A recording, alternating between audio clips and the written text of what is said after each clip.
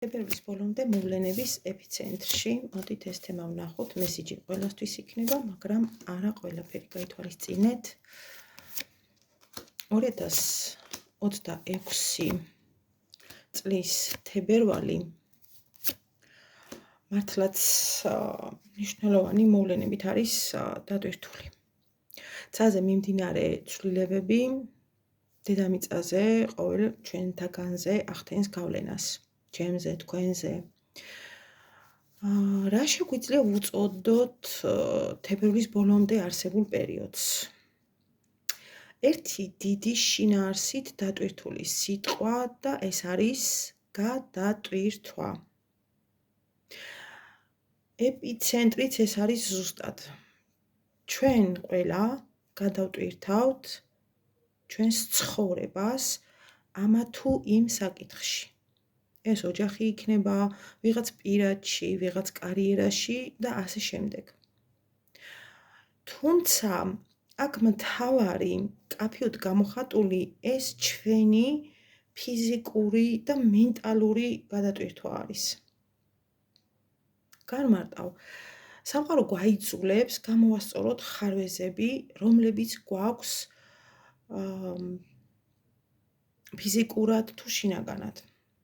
მაგალითად, 10 ჯერ მივედი დარბაზში, მაგრამ თავს ვანებებდი. ანუ სისტემატიურ ხასიათს არ ვაძლევდი. ან ყოველ ორ შაბათს ვიწყებდი დიეტას, მაგრამ არც ერთხელ არ მივიყვანე შედეგებამდე. ესე იგი, დაწყებული საქმეები ბოლომდე არ მიყვავდა. ამის გამო შევდიოდით მე მსხვერპლის როლში, რაც არც თუ ისე სახარბიელო მდგომარეობა არის. და აი აქ გადაიტვირთება გადაწყვეტილებები, რომლებსაც ამჯერად უკვე ბოლომდე მივიყვანთ ჩვენ ყველა, ვისაც რა გვაქვს მისაყვანი. რაც მნიშვნელოვნად გაზრდის თქვენი პირადი ცხოვრების ხარისხს.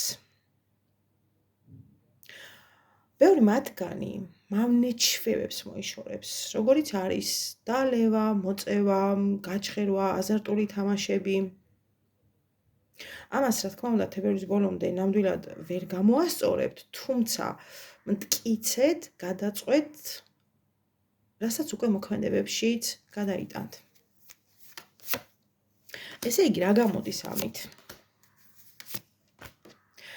ეპიცენტრში ყოველი ჩვენგანი დგას. დარჩებით თუ არა მსხვერპლის როლში, თუ იმოქმედებთ თქვენივე კეთილდღეობისთვის.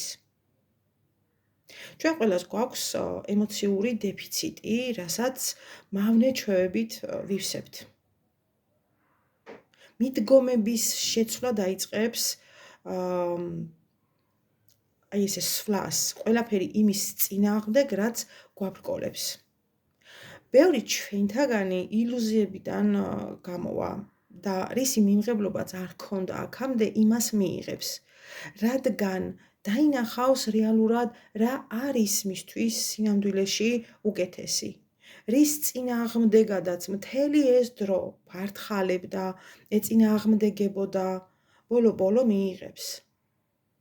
და ვფიქრობ, რომ ძალიან მნიშვნელოვანი გადატვირთვა არის ეს. წარმატებებს გისურვებთ ყველას, პირადი კითხვები WhatsApp-ზე 557 16 73 53, ძალიან გთხოვთ, ნუ მირეკავთ, მომწერეთ და გიპასუხებთ.